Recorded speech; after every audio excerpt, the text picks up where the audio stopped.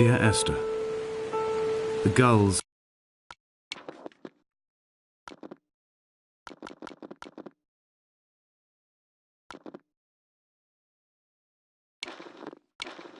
do not land here anymore. I've noticed that this year they seem to shun the place. Maybe it's the depletion of the fishing stock driving them away. Perhaps it's me.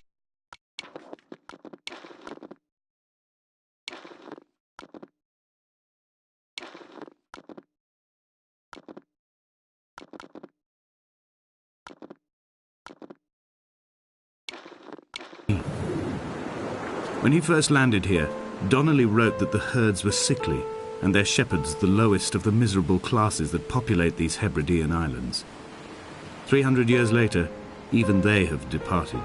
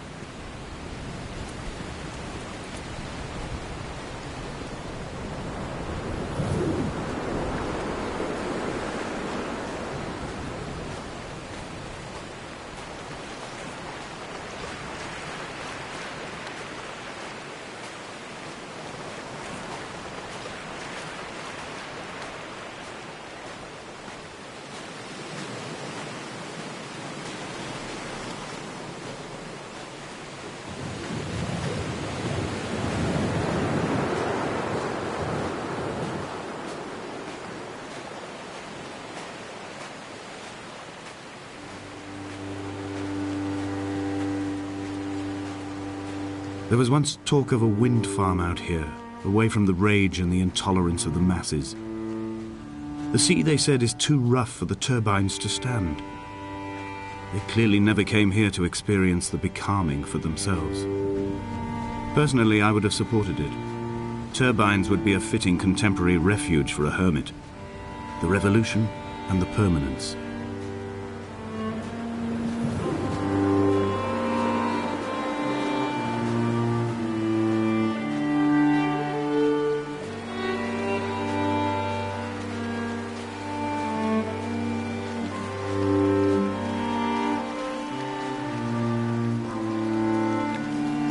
I have found the ship's manifest, crumpled and waterlogged under a stash of paint cans. It tells me that along with this present cargo, there was a large quantity of antacid yogurt bound for the European market.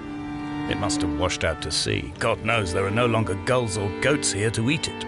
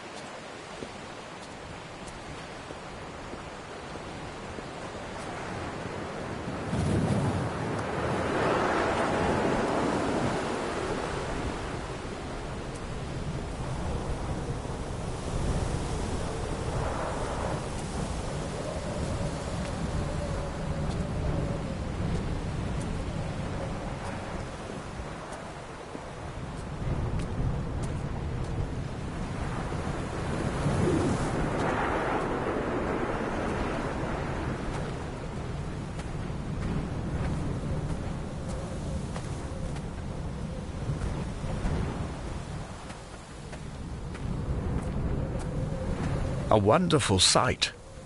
The moon cresting the junction between the cliff path and the stone circle. It cast a shadow of the ridge across the beach, all the world as if you had signed your name in untidy handwriting.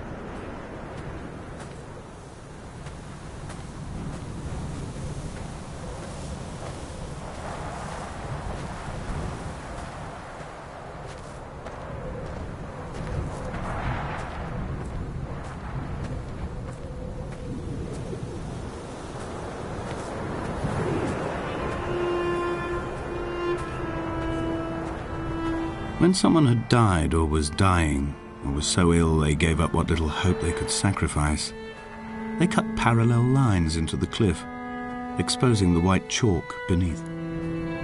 You could see them from the mainland or the fishing boats, and know to send aid or impose a cordon of protection, and wait a generation until whatever pestilence stalked the cliff path died along with its hosts. My lines are just for this: to keep any would-be rescuers at bay. The infection is not simply of the flesh.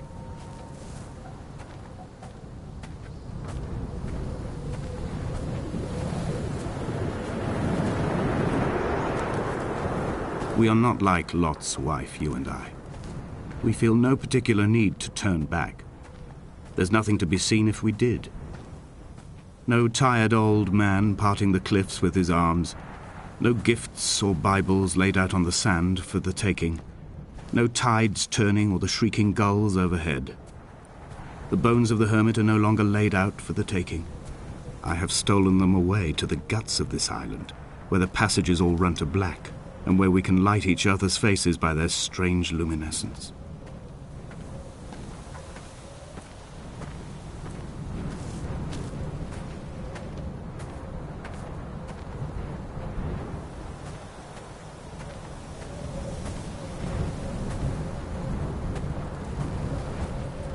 Dear Esther, I met Paul. I made my own little pilgrimage. My Damascus, a small semi-detached on the outskirts of Wolverhampton. We drank coffee in his kitchen and tried to connect to one another. Although he knew I hadn't come in search of an apology, reason or retribution, he still spiraled in panic, thrown high and lucid by his own dented bonnet.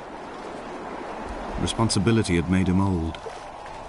Like us, he'd already passed beyond any conceivable boundary of life. I find myself increasingly unable to find that point where the hermit ends and Paul and I begin. We are woven into a sodden blanket, stuffed into the bottom of a boat to stop the leak and hold back the ocean. My neck aches from staring up at the aerial. It mirrors the dull throb in my gut where I am sure I've begun to form another stone. In my dreams, it forms into a perfect representation of Lot's wife, head over her shoulder, staring along the motorway at the approaching traffic in a vacuum of fatalistic calm.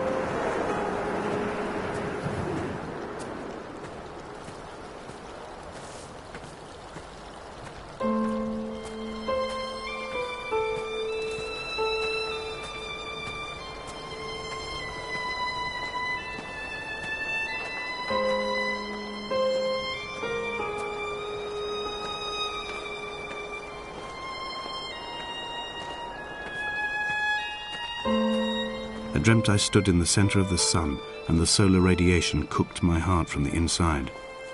My teeth will curl and my fingernails fall off into my pockets like loose change.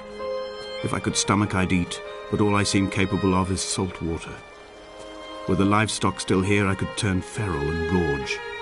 I'm as emaciated as a body on a slab, opened up for a premature source of death. I've rowed to this island in a heart without a bottom, all the bacteria of my gut rising up to sing to me.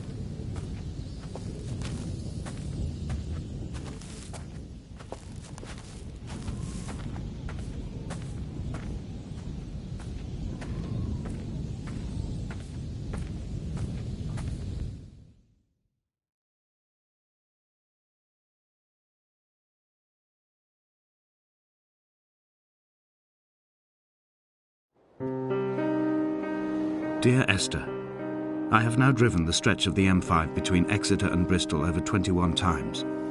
But although I have all the reports and all the witnesses and have cross-referenced them within a millimetre using my Ordnance Survey maps, I simply cannot find the location. You'd think there would be marks to serve as some evidence. It's somewhere between the turn-off for Sanford and the welcome brake services. But although I can always see it in my rear-view mirror, I have as yet been unable to pull ashore.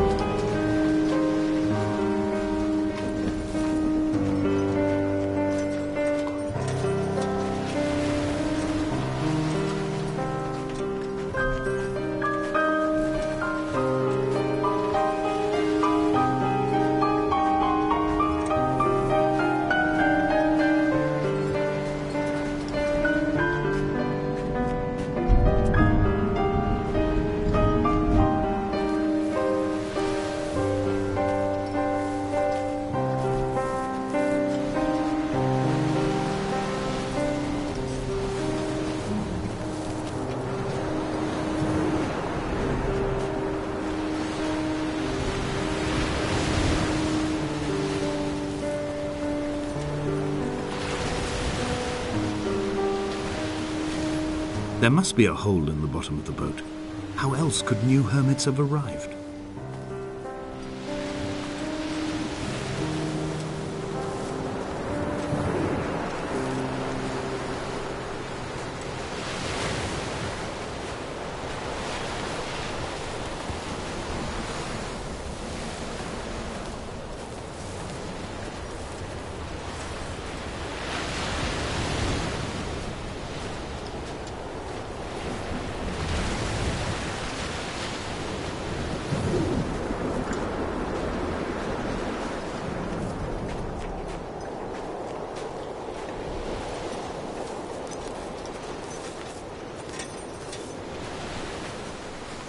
I had kidney stones and you visited me in the hospital.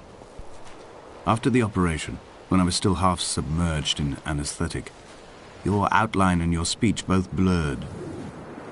Now my stones have grown into an island and made their escape, and you have been rendered opaque by the car of a drunk.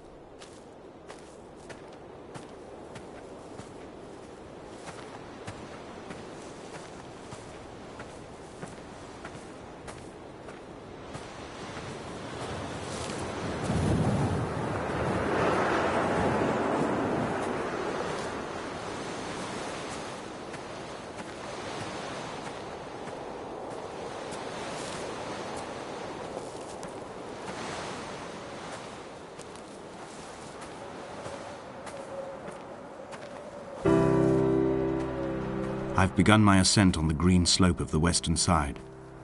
I've looked deep into the mountain from the shaft and understood that I must go up and then find the way under. I will stash the last vestiges of my civilization in the stone walls and work deeper from there. I'm drawn by the aerial and the cliff edge.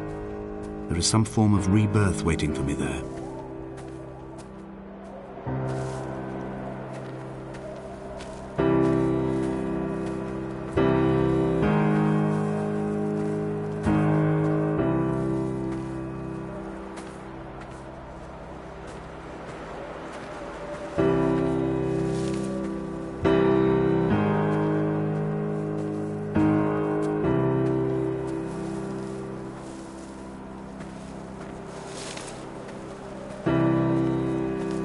The bothy was constructed originally in the early 1700s. By then, shepherding had formalized into a career. The first habitual shepherd was a man called Jakobsen, from a lineage of migratory Scandinavians. He was not considered a man of breeding by the mainlanders. He came here every summer whilst building the bothy, hoping eventually that becoming a man of property would secure him a wife and a lineage. Donnelly records that it did not work. He caught some disease from his malcontented goats and died 2 years after completing it. There was no one to carve white lines into the cliff for him either.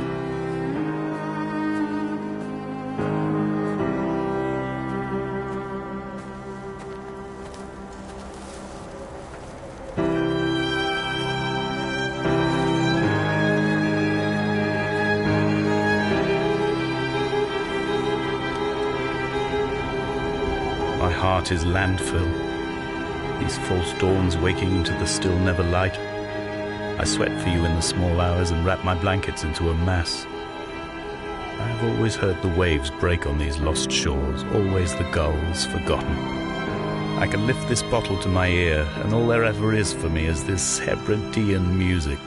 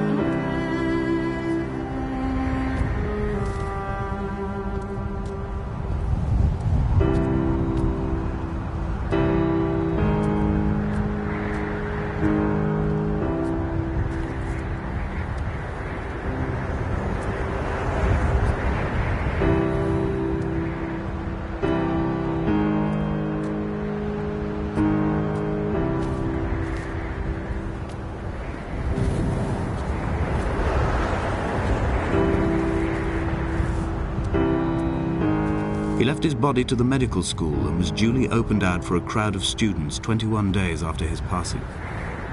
The report is included in my edition of his book. The syphilis had torn through his guts like a drunk driver, scrambling his organs like eggs on a plate.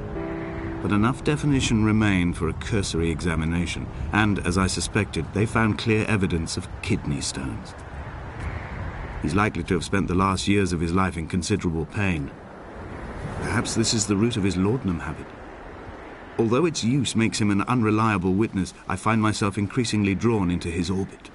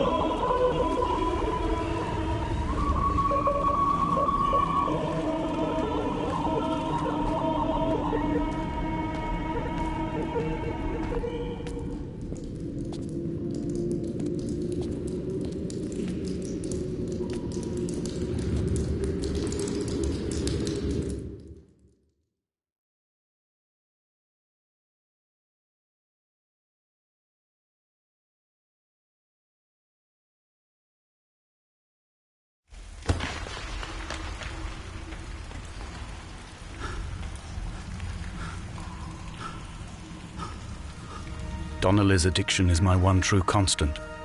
Even though I wake in false dawns and find the landscape changing, flowing inconstantly through my tears, I know his reaching is always upon me.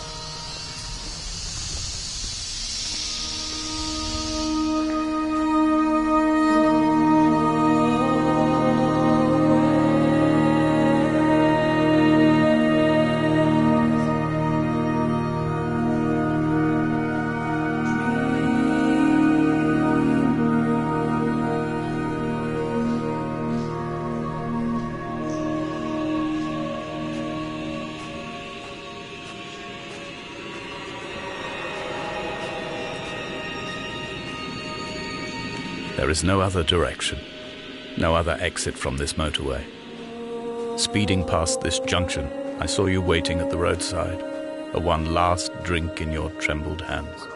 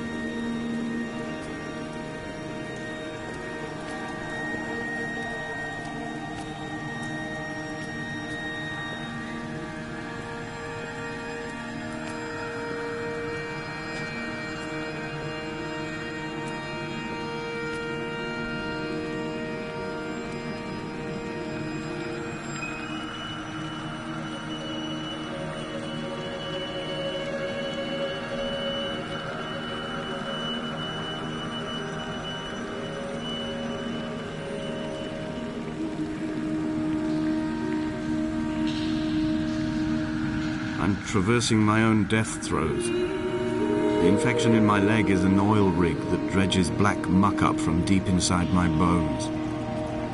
I swallow fistfuls of diazepam and paracetamol to stay conscious. The pain flows through me like an underground sea.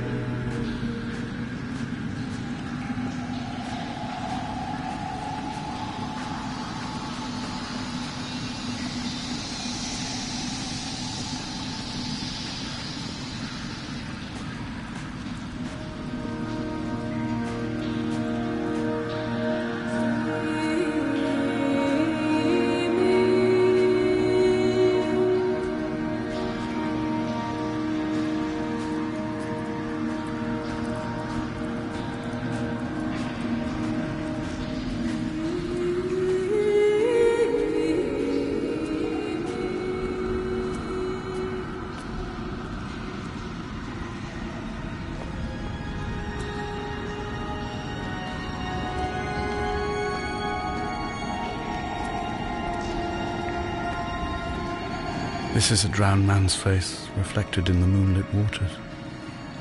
It can only be a dead shepherd who has come to drunk drive you home.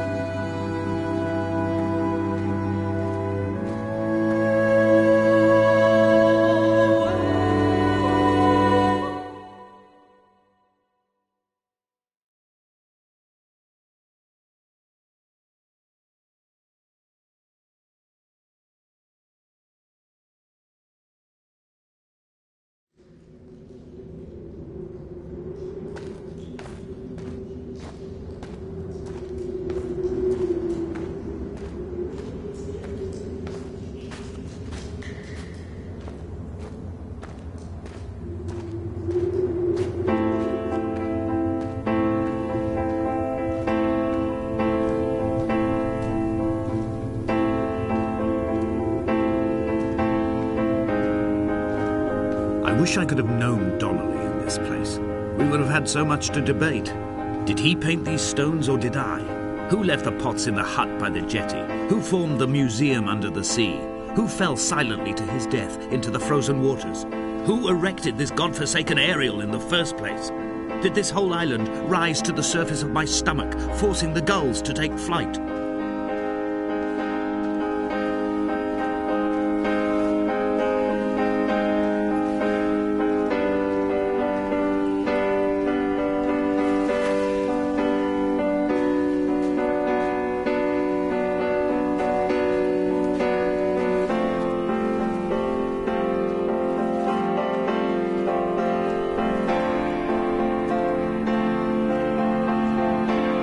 Dear Esther, I find each step harder and heavier.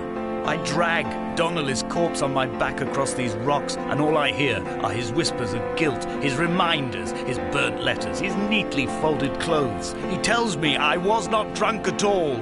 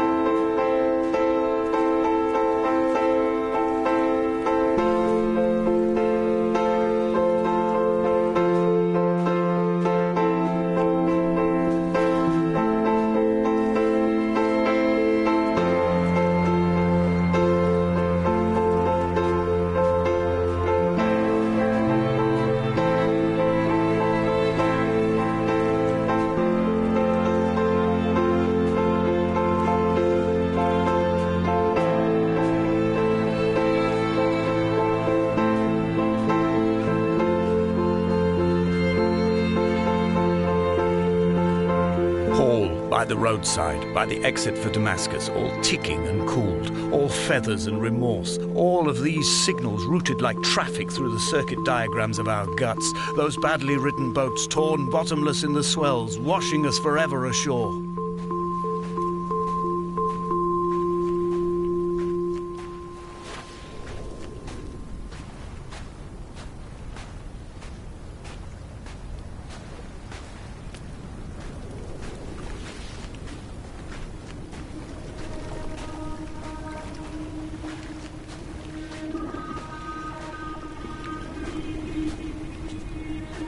From here, I can see my armada.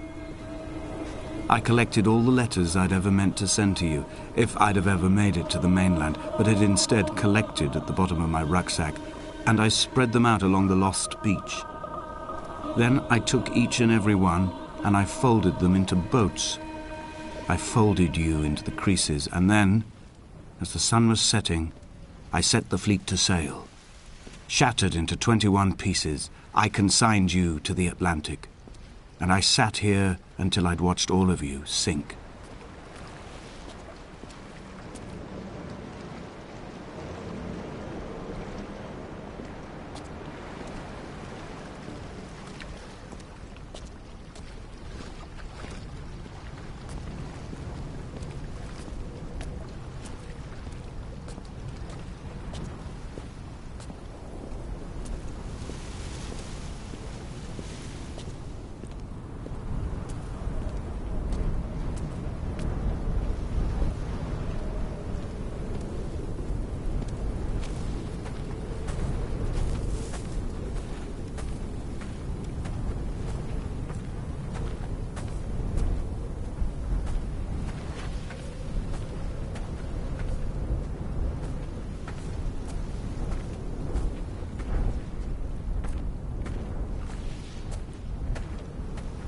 The pain in my leg sent me blind for a few minutes as I struggled up the cliff path. I swallowed another handful of painkillers, and now I feel almost lucid. The island around me has retreated to a hazed distance, whilst the moon appears to have descended into my palm to guide me. I can see a thick black line of infection reaching for my heart from the waistband of my trousers. Through the fugue, it's all the world like the path I have cut from the lowlands towards the aerial.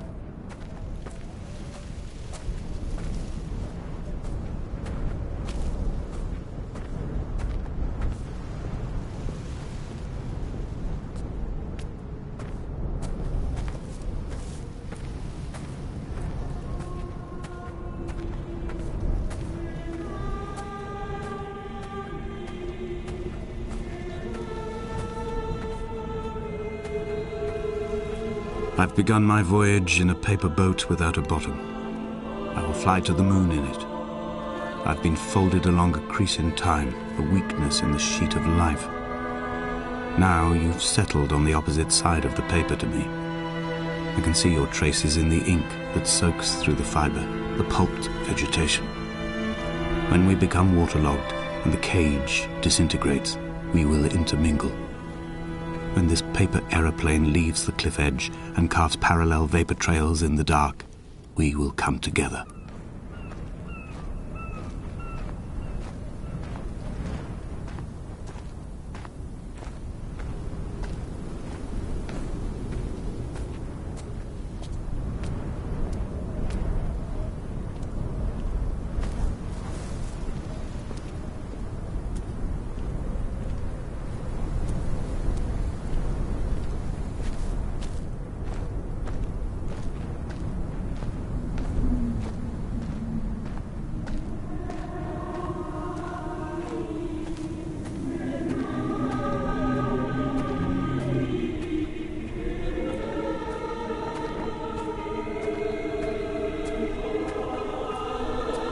If only Donnelly had experienced this, he would have realized he was his own shoreline, as am I.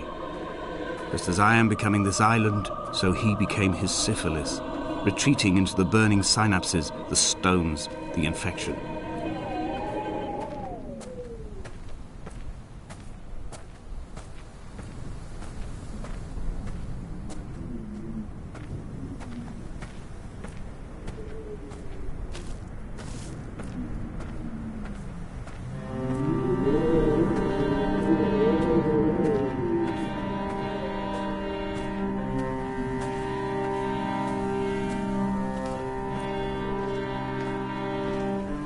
Bent back like a nail, like a hangnail, like a drowning man clung onto the wheel, drunk and spiraled, washed onto the lost shore under a moon as fractured as a shattered wing. We cleave, we are flight and suspended, these wretched painkillers, this form inconstant. I will take flight, I will take flight.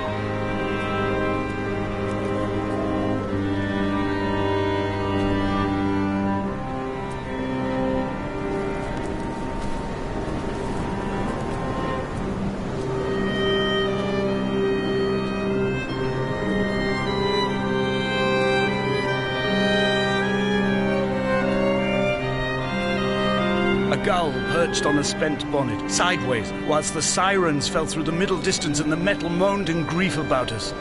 I'm about this night in walking, old bread and gull bones, old Donnelly at the bar gripping his drink, old Esther walking with our children, old Paul as ever, old Paul. He shakes and he shivers and he turns off his lights alone.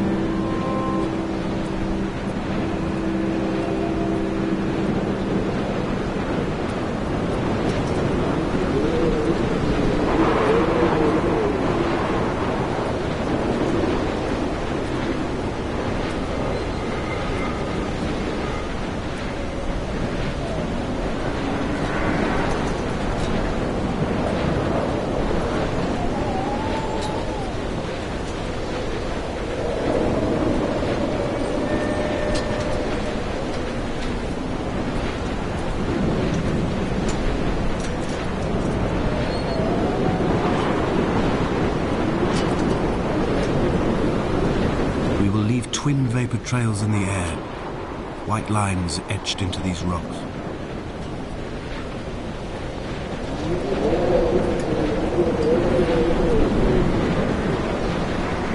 Dear Esther, I have burnt my belongings, my books, this death certificate. Mine will be written all across this island. Who was Jakobsen? Who remembers him? Donnelly has written of him, but who was Donnelly? Who remembers him?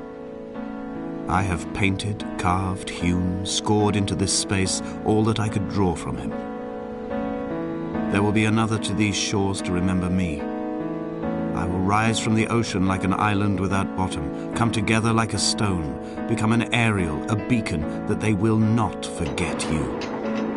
We have always been drawn here. One day the gulls will return and nest in our bones and our history. I will look to my left and see Esther Donnelly flying beside me. I will look to my right and see Paul Jakobsen flying beside me. They will leave white lines carved into the air to reach the mainland, where help will be sent.